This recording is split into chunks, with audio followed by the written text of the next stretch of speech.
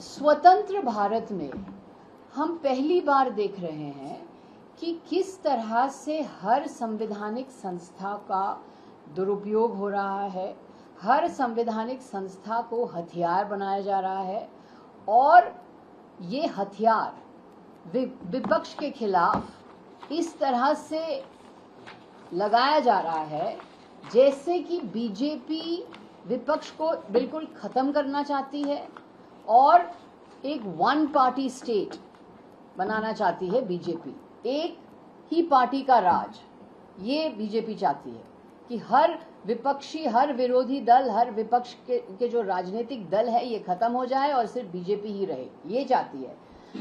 तो इसी जैसे ईसी के साथ हो रहा है, ईसी को जिस तरह से इस्तेमाल किया जा रहा है हथियार की तरह, ईडी को भी, एनफोर्समेंट डायरेक्टरेट को भी हथियार की तरह इस्तेमाल किया जा रहा है विपक्ष के खिलाफ।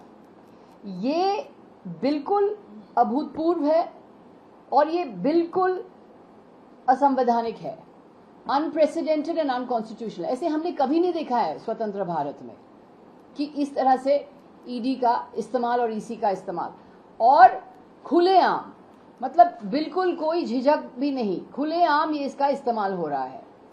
तो ईडी बिल्कुल निष्पक्ष नहीं है।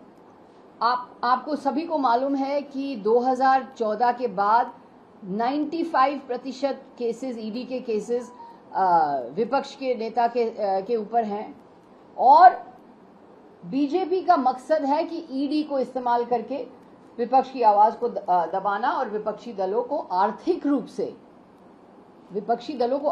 रूप से ठप कर देना है, पंगु कर देना है।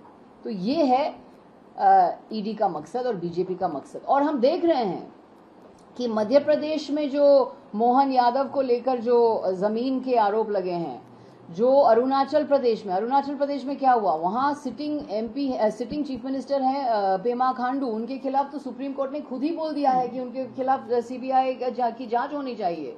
वहां क्यों ईडी नहीं जाती है? मध्य प्रदेश में क्यों ईडी नहीं जा रही है? मंदिर में क्यों नहीं जा रही है? हमारे फंड्स फ्रीज कर रहे हैं, मंदिर के फंड्स क्यों नहीं फ्रीज कर रहे हैं? अगर विपक्षी राज्य में, विपक्ष के राज्य में अगर ये मंदिर के जो आरोप लग रहे हैं, गंभीर आरोप लग रहे हैं राम मंदिर के, ये अगर विपक्षी राज्यों में होता तो ईडी तुरंत पहुंच जाती वहां और कार्रवाई करती और बोलते कि ये पीएमएलए ऑफेंस है और प्रोसीड्स ऑफ क्राइम ऑफेंस है। तो क्यों नहीं जा रही है वहां ईडी? तो ये इस तरह से,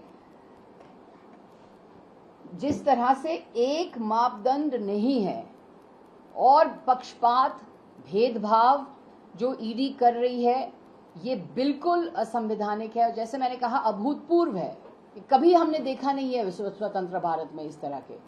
तो ये इससे दर्शाता है कि BJP one party state create करना चाहती है और विपक्ष को खत्म कर देना चाहती है। मैं और भी एक टिप्पणी करूंगी, जिस तरह से बारुईपुर में जो घटना घटी है, जो बहुत ही शर्मनाक घटना घटी है, इसके विरोध में टीएमसी ने, हम सड़क पे उतरे, पर हमारे ऊपर हिंसक हमला हुआ, हमारे जो कर्मी हैं इनके ऊपर हिंसक हमला हुआ।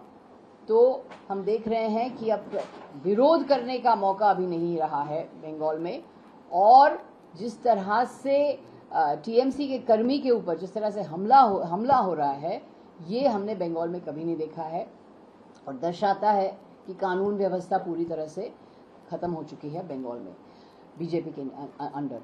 अब हम प्रश्न लेंगे, हम नरेंद्र मोदी की तरह नहीं है, हम प्रश्न लेते हैं, सवाल के जवाब हम देते हैं, तो हम प्रश्न लेंगे।